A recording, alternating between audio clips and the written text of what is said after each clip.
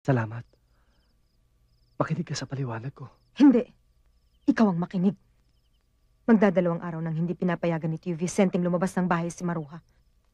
Binabantayan na parang salarin na sinintensya ng garote.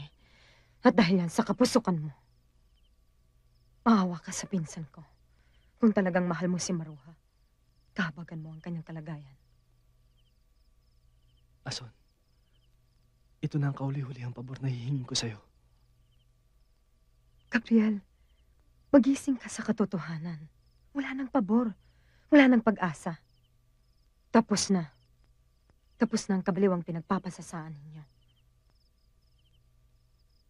Ason, ibigay mo ang sulat na ito.